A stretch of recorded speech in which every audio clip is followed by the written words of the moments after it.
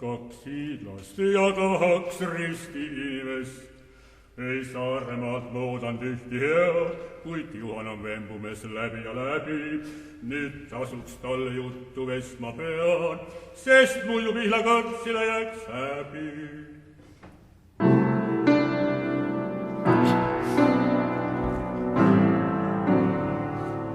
Vanasti, kui maailm loodi, lõi ka Jumal Hiiumaa. Alul tühi, siis vast toodi ka tagasi ja Mändja saar.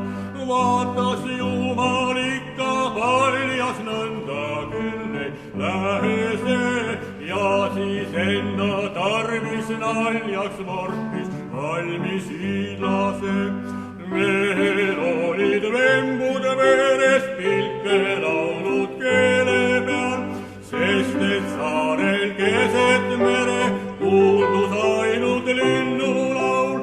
Igav hakkab, keda nöögid, liina pidi, keda vead, ümberringi meri röögib, peksab vahtu vastu pead. Mõeldi üllalt taevast saata, inglid naerus tal ei saa.